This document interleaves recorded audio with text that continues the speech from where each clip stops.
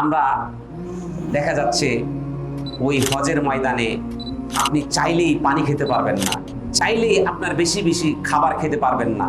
কারণ আপনি বেশি বেশি শুধু যদি পানি পান করেন, আপনার প্রাকৃতিক ডাকে আপনার সাড়া দিতে হবে, আপনার ওয়াশরুমের প্রয়োজন হবে।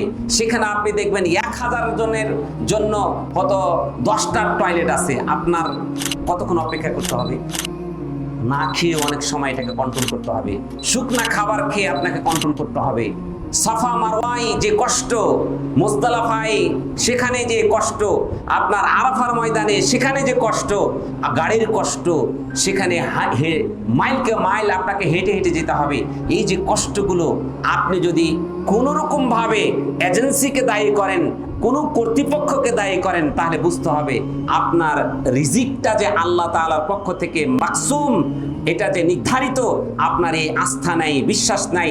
আপনি বিশ্বাস করবেন রিজিকের মালিক আল্লাহ, অতএব এই রিজিক যেভাবেই হোক, যেই পন্থাই হোক, আমার কাছে সেটা আসবেই আসবে।